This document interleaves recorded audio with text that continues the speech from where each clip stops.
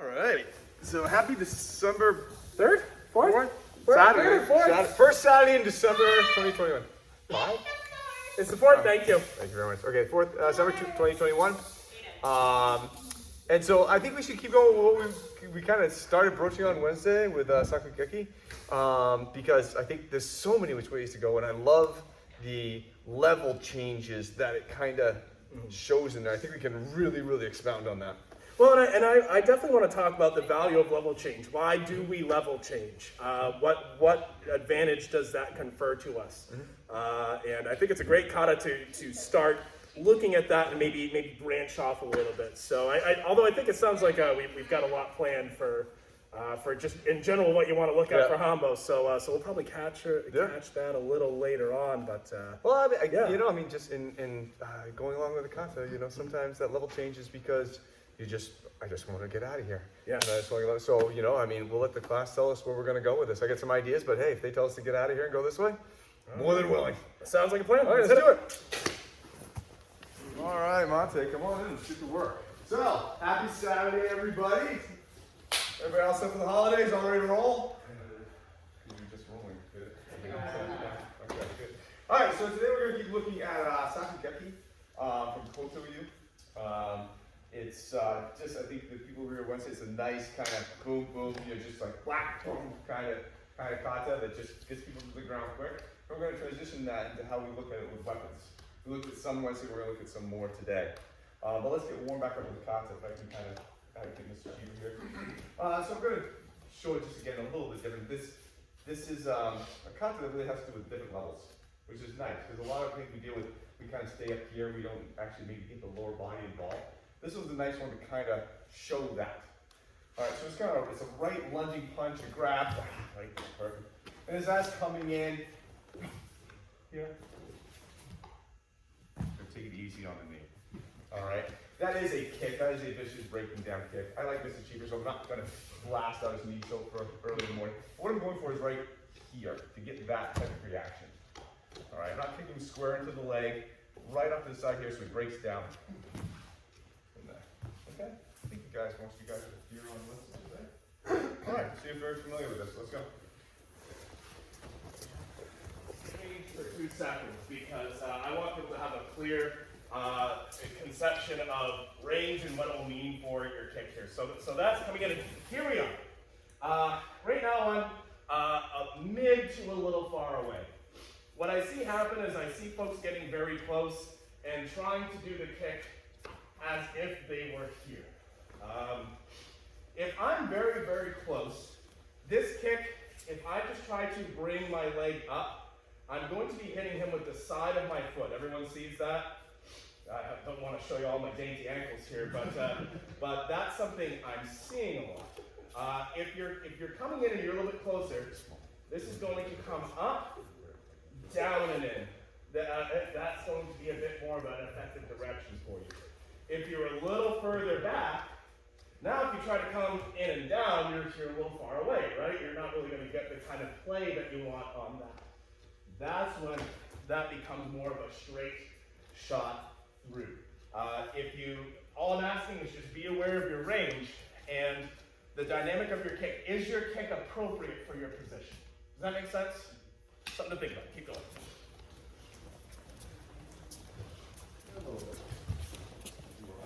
Monte. So now let's take that second step out of there. So we've been looking very good at going 1, 2. But let's see if we can get that out of there. And we can go right into it, so slow. So as it comes in, I'm hitting here, but this foot is now going to come almost like a reverse Yoko Ruki to take my base so I can come right into that leg. Okay, so I'm not going 1, 2. It's 1, 2. I'm bringing that back to the position that needs to be to actually execute the kick. So this is more of a windy thing. So Koto is simply not windy. Koto is more that, you're coming in, kind of thing. So I'm actually kind of change the mentality on this. But this is more like, whoa, whoa. We're just moving right into the whole thing. Does that make sense? Are you bringing the heel together? Close. So I'm judging the distance because depending on madness and the length of him, I need to be able to judge that distance as I move around.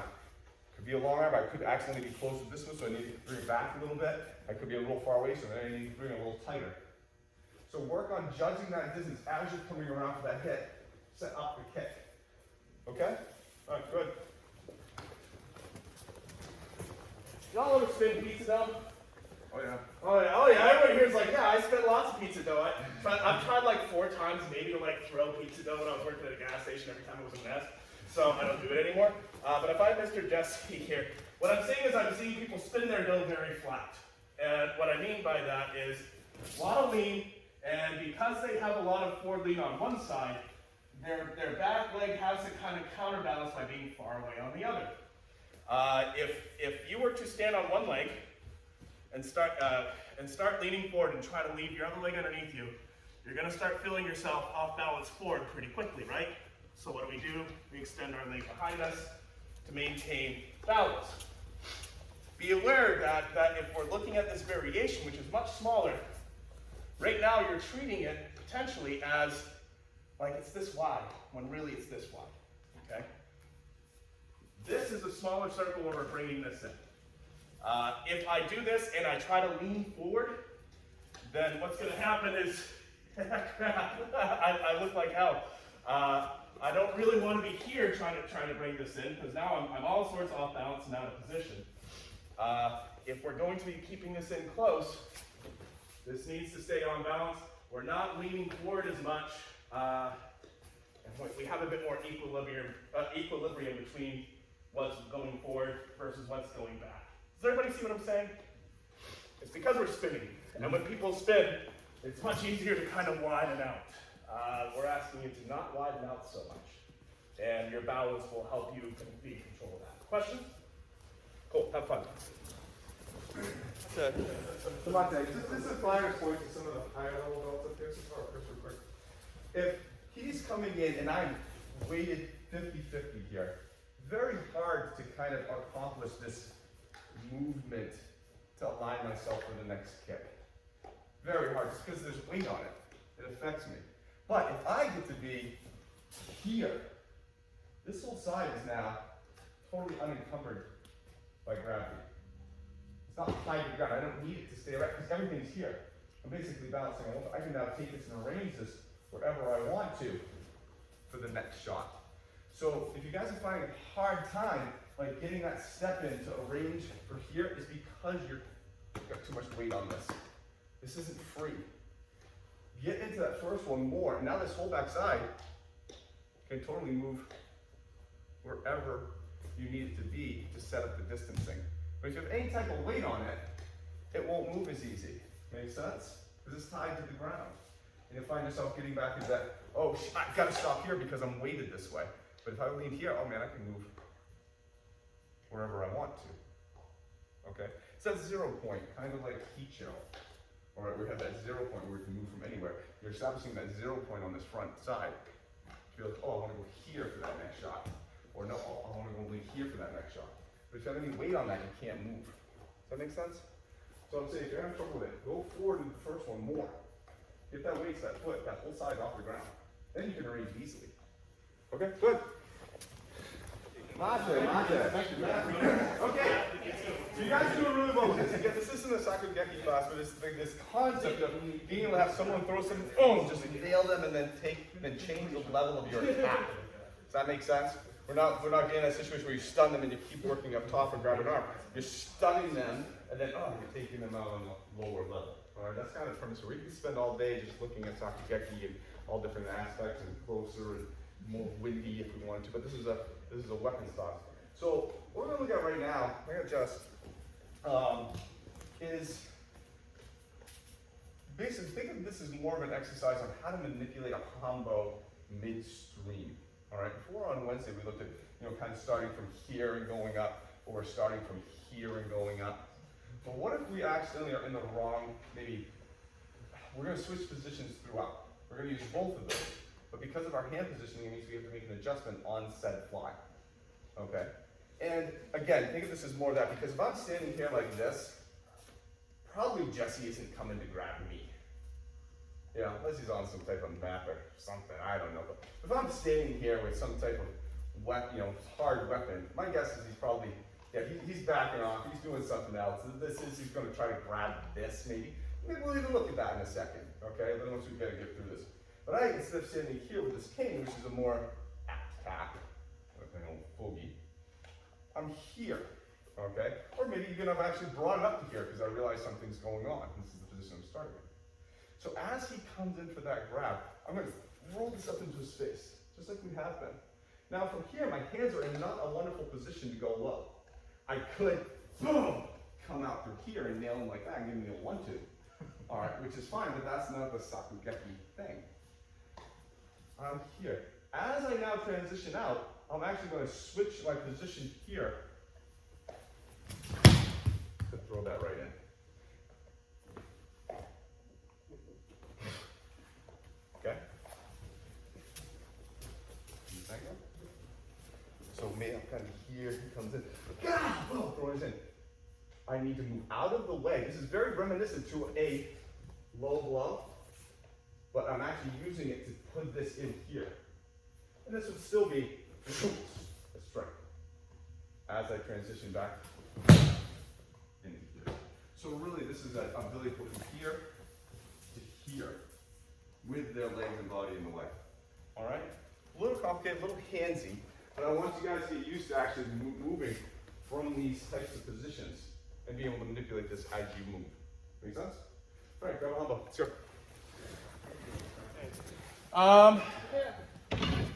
Oh, thank you very much. I'll put this one back.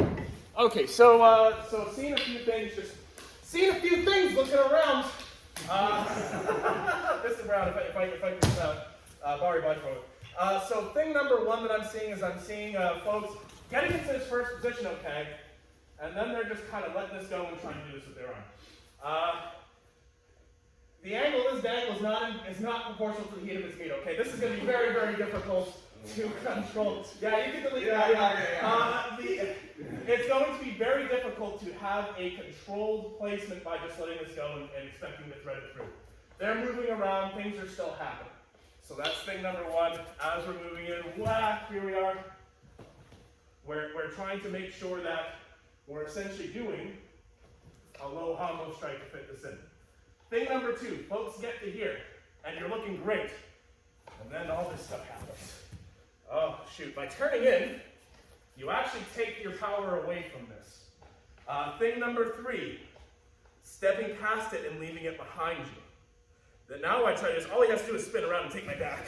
Yeah, and I lost this, and I'm gonna have to try to whack his toes. Not really ideal. What happens is we work this in. This is going to be going rolling up and forward in front of us. We want to make sure that we're maintaining our alignment for this.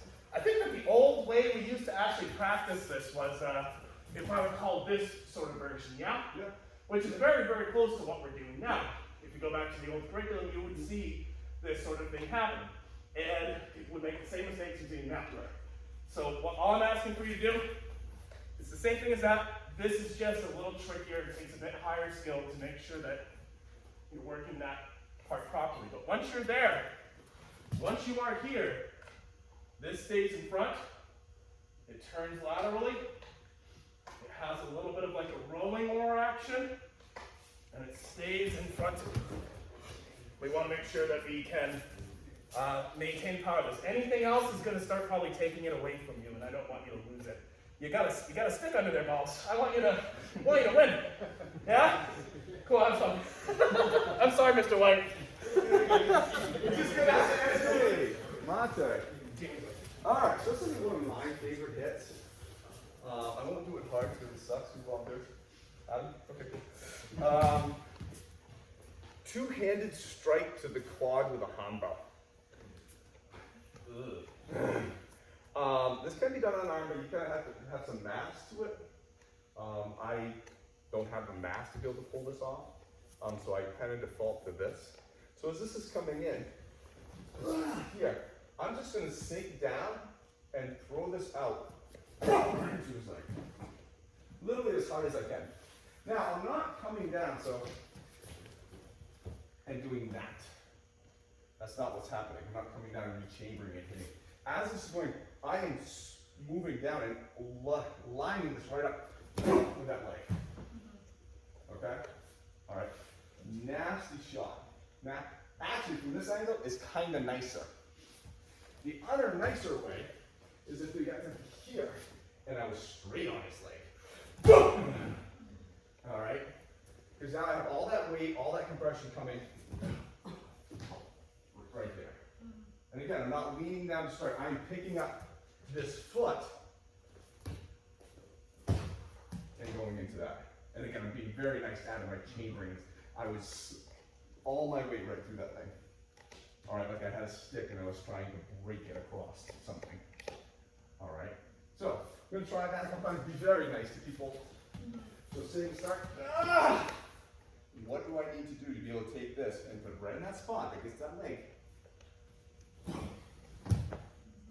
Okay, very nice to people. Okay, see it? Good. Oh, it's not. Okay, thank you. That's yours. So let me mention just a quick thing that you're literally not going to practice. So Matt's got his leg up, stick your leg up. What I'm not doing is this foot isn't hitting before the Hanbok hits. The second this foot hits, it breaks my momentum going into his leg. Does that make sense? And that is how you can train safely. Is you can come down, put that foot down, and then put the weight into it. All right, that's how you keep that safe. In reality, I'm not going to do this, Matt.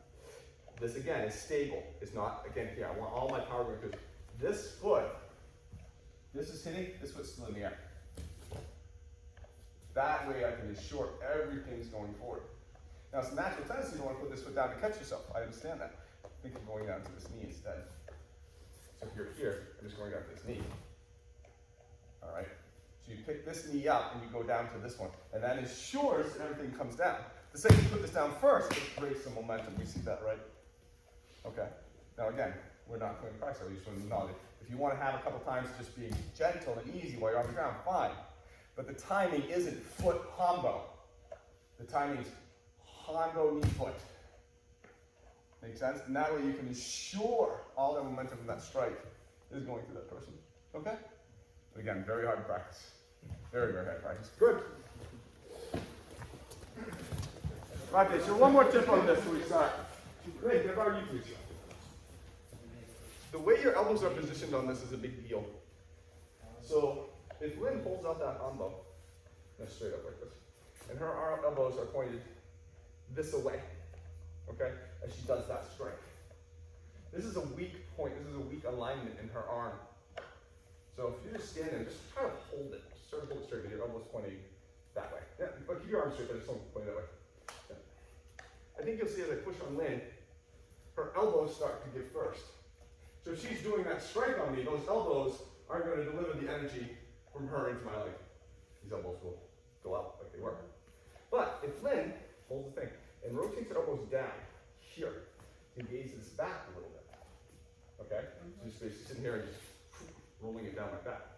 So now our elbows are more pointed. Difference between doing a push-up like this and doing a push-up like this. Now, her elbows aren't giving. Her body's giving. Right? So we down to the weak point is now all of her. Well, she's doing a strike. So as this is coming down, she's going to roll those elbows in, boom, to make sure those elbows don't give when they hit. That her whole body momentum goes through that. Does that make sense? Mr. Libby, do you want to add anything? Because that's one of the... I mean, ultimately, it's about stability in the shoulder. If you take your arm and stick it up in front of you, and then let your whole arm rotate so that your elbow comes up, you can feel your shoulder essentially kind of rolling up and down.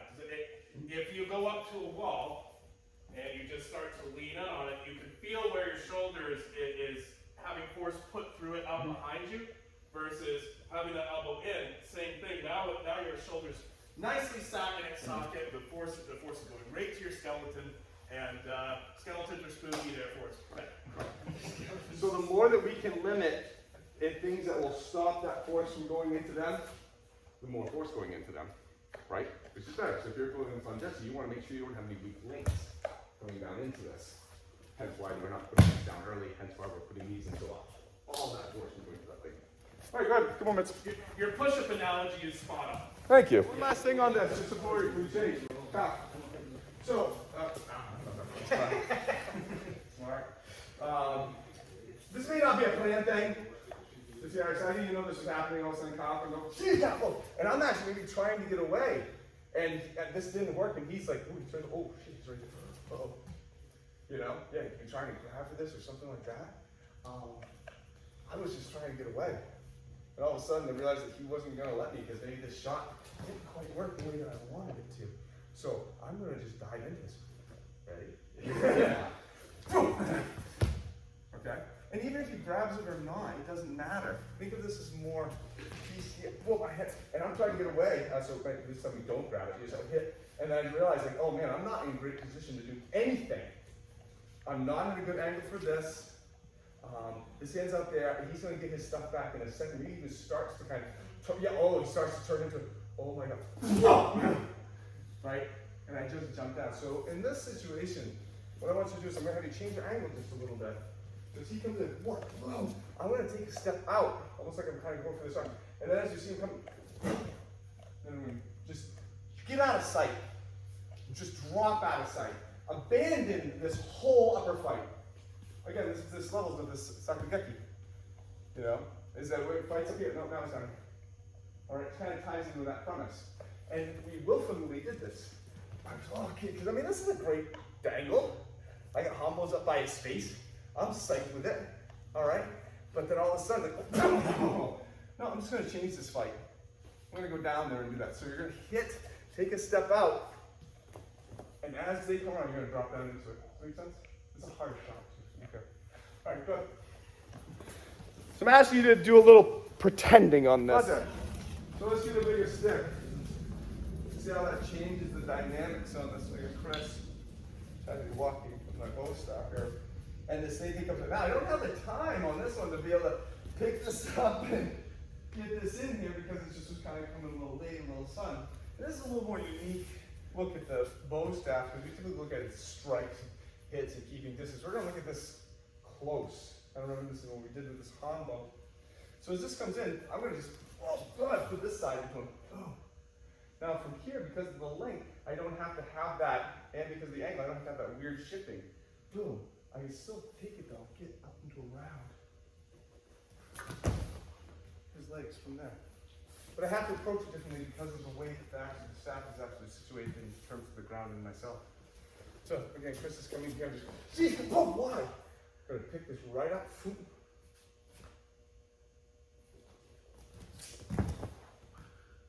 from there. Okay? Try this with both sides. Good. Okay, my turn. So because this is a bow staff, it's not a Hanbok. I don't know if we picked that one up yet. Adam, can I borrow you, please? So the cool thing about this is since it's in the ground, it actually has a pivot point that I can use to work with. All right. Now, I'm not saying I would. It just gives me the aspect. I can easily just pick this up and put it into a space. But another way I can look at this is I get this pivot point. I get kind of this side of this wall. He comes behind me, I move out of the way, and I put the wall into his face. All right, working that kind of pivot point. Now from here, I'm going to adjust the pivot point to be behind him. I'm going to repivot. Right? So I get this point in time, then it works here. Then I move it over here. And then move it again. You want to see what I'm saying? So instead of thinking of this as a weapon and trying to maneuver it like a Hanbok, because it is a bow staff and it has other features that can be used. Get behind it, lead it forward. Boom.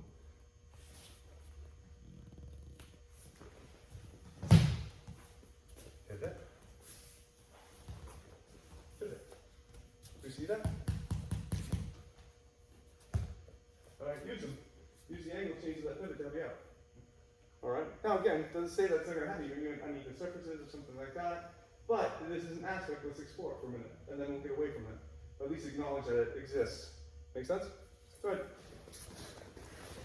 Let's go back to Hanbok for a minute because I want to explore this kata in a slightly different idea, which is that when people are getting hit in the face and body with a stick, there's kind of a natural inclination to grab the stick. If I have Mr. Adam here, and I was coming at it like this, I bet you that this sort of thing is probably going to happen. So here we are. We've been kind of playing with this right grab coming in. And we're coming in and hitting here. I'm just going to have him grab the stick any which way that he wants. I don't know how it's going to go, but I can guarantee you his attention is on this. I can't guarantee you. There's no guarantees. But High level of maturity. I think that's very likely. So all we're gonna do here is just struggle for a second, maybe push and pull it. He starts to push, pull it, and then now we're working in for that low strike. From here, we have a couple of different options. For right now, we're going to just rotate and let this come around, just right to here. If we happen to grab a wrist, you actually have a wrist break. But from here we can ski. We can bring this back around with our body to strike. We can back up and bring it up over the top to strike. There's quite a few options from there, and I prefer to let you guys play with it a little bit and take some notes, some mental notes on what you're experiencing, so that you can see Mr. Kyle's coming in. He's coming in that strike. He grabs this thing. Yeah, the attention's here. Very cool. All right, I like that. Back. Rotating down to the other side. Yeah. So the idea here is we're still basing this off movement. We're still basing this off the idea that we're using multiple levels as part of our defense to fluster the opponent. And ultimately, here I am. They might grab this thing and you didn't know they were going to, and it was a screw up. Guess what? That happens, right? But can we gear ourselves to not be focused here and maybe have a more coherent and all-encompassing viewpoint of this fight, which is that, well, they have a lower body too. Yeah? Cool. Does anybody need to see you again? Have fun. You guys do it. Actually, I'll tell you, we'll do it with the staff here. We used to play in Boy Scouts back in the day. It was called Indian stick wrestling, and this is an actual thing from back then. If I mess around. So here's what happens. Here's how the game works. I have one hand down, one hand up. Mr. Adam goes one hand up and one hand down, and we try to join our hands relatively in the middle. So yeah, go ahead. Put your hand right against mine. So this hand, and then this right here. I think this would be up, but it doesn't matter. So here we go. And the idea would be I'm trying to touch this side of my stick to the ground. He's trying to touch his stick to this side of the ground. And so the whole thing, what happened was okay, go. And you see, yeah, you can immediately feel that both people are saying like, oh, opposition, enforcement. And right now we're both pressing down. If we both, really go, we got nothing. But the idea would be to get them doing that and then actually move around and do things. One of the things I'm seeing happen a lot is people getting stuck in that first spot. If I can steal your Hanbok, sir. So I grab that first movement, he's got the grab, and see, a lot of extra wrestling over stuff. Now, keep your circles tight. A lot less fighting this way. I don't want to have to, if you find yourself up here, at any point if I look at you, and this is how you look, I'm going to say, stop it. No. So same time movie. Maybe he grabs us a little bit early. That's okay. So now we kind of have, you know, this sort of difference right here. Now, quite frankly, you don't even need to worry that much about the Hanbok anymore. I mean, he's so off structure that it won't really take a lot to finish that off. Don't worry about prying this from his hands. You don't have to. He's doomed himself by holding on to it. And he lets go because he's taking punishment, or because he's losing his wrist, because we moved well and we fought well, skillfully, not we ripped it out of his hands. Does everyone see the difference? Cool. Thank you very much. Have fun. Cheers. Thanks. we don't want to, oh God, there's a technical term for this. We don't want to throw a bad kick. we don't want to find ourselves in a position where we actually sacrifice our balance and our movement for sake of trying to score this low attack. So same attacks coming, only here we are. I don't want to lean away or he's yanking me and I'm just trying to like get my leg away, because now I'm just sacrificing my own well-being for the sake of a technique that won't end up working. So what I'd like to make sure that we do is this is happening when our kicks are effective, or if we come back up, our toe stabs are effective, our kicks are effective. I don't want you guys having to lean and like do wacky stuff, because right now my kick ain't doing anything. He doesn't have to respect what I'm doing anymore. We're making them respect something else right now when their focus was here. So please watch your own balance, watch your own structure as you're doing this stuff, and make sure that when you do use your moment to attack, that there's some level of accuracy, precision, and skill there. Yeah? Cool. Have fun. Now that's the idea. We want to try to have a cohesive lower body attack to create some other opportunities. Monte, just come over here for a second. So, I look at this. Yeah, you get the okay. So I'm coming in. He's getting sick. Now, when I look at it, the person who typically has the stick closer to their body is the person that's in an advantage. All right. So if Jesse grabs this and pulls this closer to his body, man, this is going to be really, really hard for me. So if we're going back to this Native American indigenous people stick playing game, I don't know what ups, downs, whatever, ups, downs, ups, whatever. If I'm here and Jesse's out extended, who's winning this game? Jesse can't do anything. Jesse will want to naturally, just like you saw Mr. Weapoons, get into here and start leveraging. So if we start the scenario, and I'm in here, and Jesse's grabbing, and he's automatically pulled that in, he has advantage on this. There is no way in hell I am going to control and move Jesse with my arms. Even a good body movement may be very hard with him right now because he sets it so close to him. So what does this kick do? This kick gets him away from it, it gets close to me. Okay. Thank you. All right, my goal is I want to keep this close. I want this close to me, I want far away from him. The more I have that, the better off that I am. Does that make sense? Now, that being said, on the flip side, he's attached to this. I want it, but I also don't want to stay attached to this too. Because if I stay attached to this, I'm just doing the same thing he's doing, we're just gonna find out who's better and faster and stronger. That's not the fight I want to have. Okay? So he's got the stick, fine. I still have one hand on it. He doesn't totally have. I mean, he's got all he's within my arm reach. Thank you. Okay. All right. Or. Okay. The interesting thing about this kata, I think, is that what it uses is level. The tool that it uses is level change to deal with someone's focus being in one area. But as Mr. White's pointing out, there's far more tools than just simply level change alone to do. Yeah, emotional change. Emotional change. You know, we get in this first part here. I fought you up here, and I'm not tied into this fight. I'm down here. Well, now we're in this fight. Oh, well, wait a minute. I thought this taught us I'm attached here, is to not do this. Okay, great, maybe this works, great, but maybe it doesn't. Oh, okay. Do you guys remember in Kill Bill when the bride is fighting her female counterpart in the trailer, and they've locked swords and the drums are going and they're staring at each other, and the bride just goes and takes her eye? Right. That's this. Yes. So be mindful of what's going on in you, because it's probably going on in them, and that's to their disadvantage. So why are you playing this crappy hand?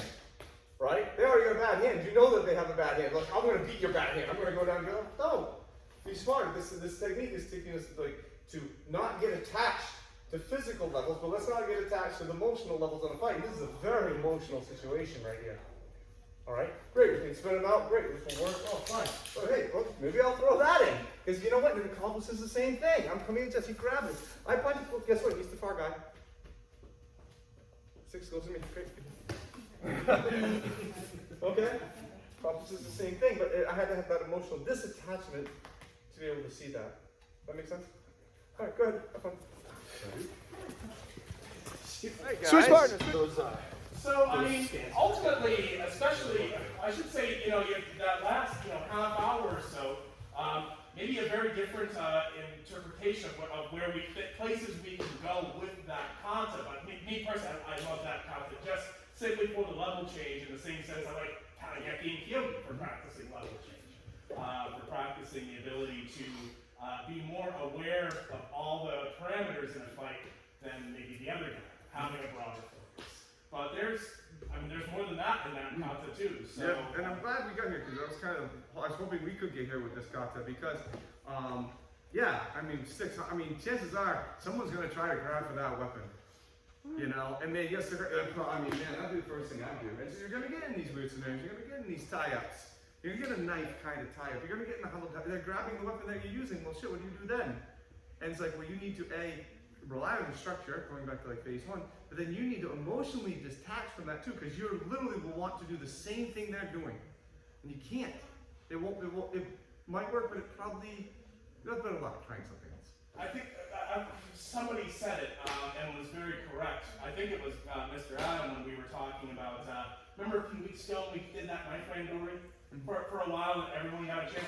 How often did you see yourself or other people stuck to that wrist and spinning around with that wrist and trying to deal with just that part of the fight, and the focus is literally here?